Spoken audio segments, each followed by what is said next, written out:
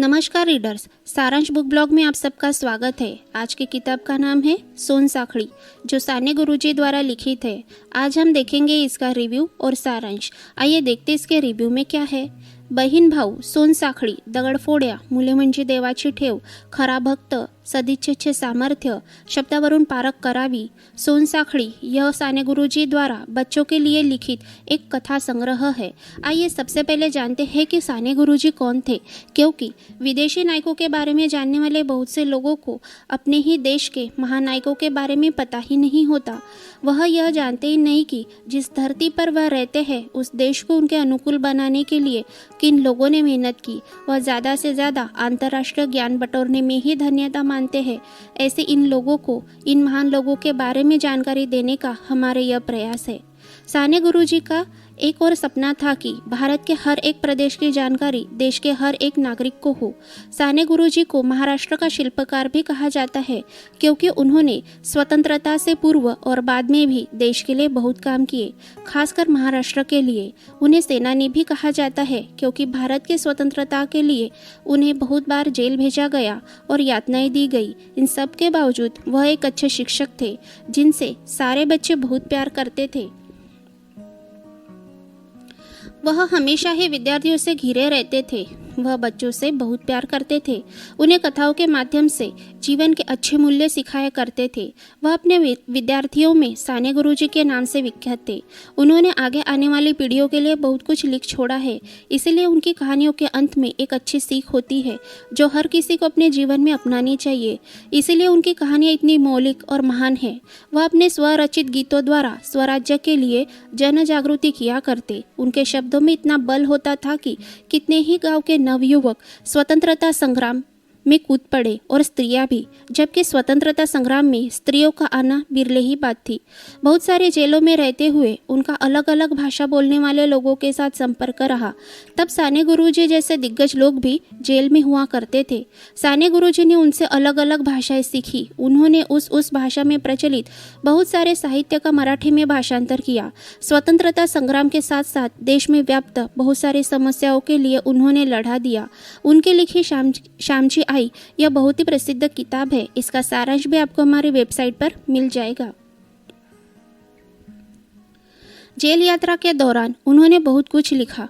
उनमें बहुत सारी छोटी छोटी किताबें हैं, जिनमें 5 या 6 कहानियों का संग्रह है। इसीलिए एक ही ब्लॉग में हम ऐसे 2 से 3 किताबों का सारांश बताएंगे। साने गुरुजी की लिखी बहुत सारी किताबों का रिव्यू और सारांश भी हम आपके लिए लेकर आने की कोशिश कर रहे हैं, जो उस वक्त के भारत के दर्शन कराती है। कि आपको यह जानने की जिज्ञासा नहीं कि तब के लोग कैसा जीवन जीते थे, कौन सा खाना खाते थे, देश के प्रदेश कैसे हुआ करते थे, यातायात के क्या साधन थे। हमें तो ये इतिहास जानने में बड़ी जिज्ञासा लगी रहती है। अगर आपको भी है तो हमारे साथ जुड़े रहिए। इसमें हम सोनसाखड़ी और दारूबंदीच्या कथा, जो कि मराठी में लिखी गई है, इसका सारांश लेकर आ रहे हैं। तो आइए जानते हैं इनका सारांश। सोनसाखड़ी इस किताब में पूरी 7 कहानियां हैं। पहली कहानी बहन भाऊ, भाई बहन के एक दूसरे के साथ के प्यार भरे रिश्ते की कहानी बताती है। भाई का प्यार अपनी बहन के लिए बदलता नहीं, लेकिन बहन का प्यार पैसों की गिनती के साथ भाई के लिए बदल जाता है। आखिर अपने भाई के प्यार का मूल बहन को समझ ही जाता है। जैसे यह भाई बहन अमीरी को वरिष्ठता न देकर आखिर प्रेम से रहते हैं, वैसे ही साने गुरुजी चाहते हैं कि भारत देश के लोग एक साथ मिलकर प्यार से रहे। दूसरी है सोनसाखड़ी। इसमें सोनसाखड़ी को उसके सौतेली माँ मारकर जमीन में दफना देती है। उस जगह पर अनार का पौधा लगा देती है। जब सोनसाखड़ी के पिता व्यापार करने दूसरे देश गए होते हैं, तब पैसे कमाने के लिए घर से बहुत दूर जाना पड़ता था। जैसे जैसे अनार का पेड़ बड़ा होते जाता है, सारे अनार गिरकर सिर्फ एक ही अनार बचता है। उसमें से सोनसाखड़ी दोबारा जीवित होकर अपने पिता के पास वापस आ जाती है। लेकिन असल जिंदगी में यह पॉसिबल नहीं, क्योंकि एक बार गया व्यक्ति दोबारा वापस नहीं आता। इस कहानी से साने गुरुजी बच्चों को अहिंसा की शिक्षा देना चाहते हैं, क्योंकि वह खुद भी अहिंसावादी थे। वे गांधी जी को गुरु मानते थे। वैसे भी व्यक्तियों ने कुकर्म से दूर रहना चाहिए, क्योंकि जो जीव हम बना ही नहीं सकते उसे नष्ट क्यों करना।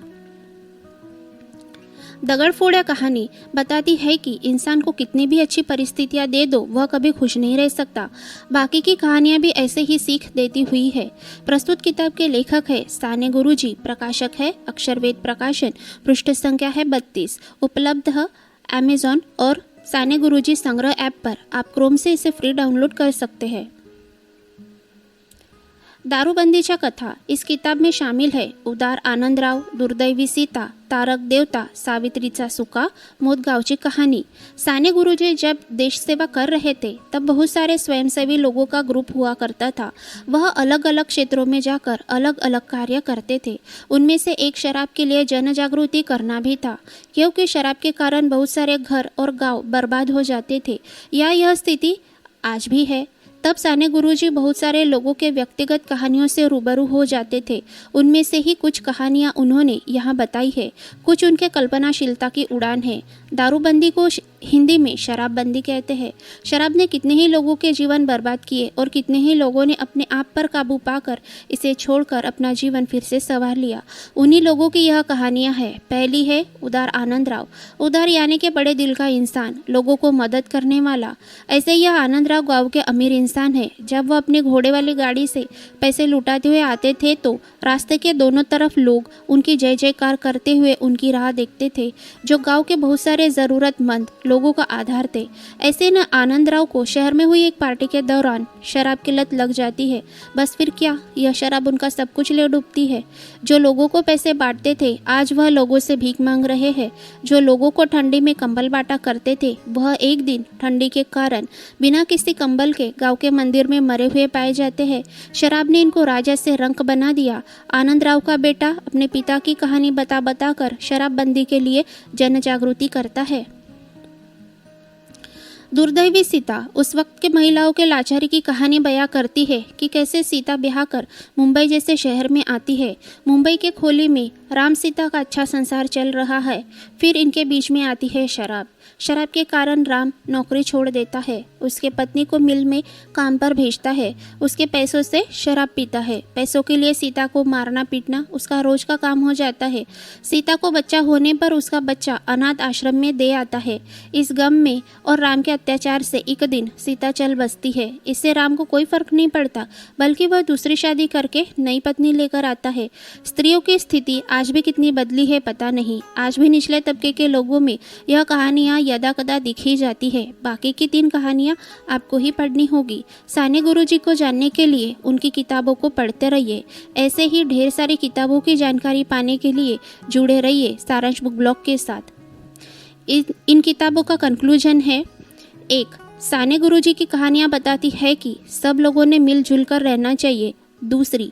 अहिंसा धर्म का पालन करना चाहिए। जैसे अहिंसा का मार्ग बताकर बुद्ध देव ने लोगों का जीवन सुखमय बनाया। अहिंसा का पालन करके हमारे राष्ट्रपिता बापू ने देश की स्वतंत्रता पाने में योगदान दिया। 3. मन में हमेशा ही सेवा भाव रहना चाहिए। दीन दुखियों की सेवा मन से होनी चाहिए, न कि दिखावे के लिए।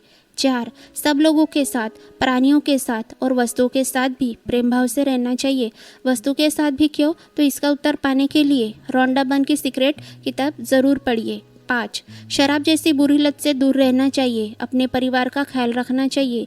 वैसे भी अगर घर का मुखिया घर के सब लोगों की बराबर देखभाल करे तो दुनिया में कोई दीन दुखी ही न हो।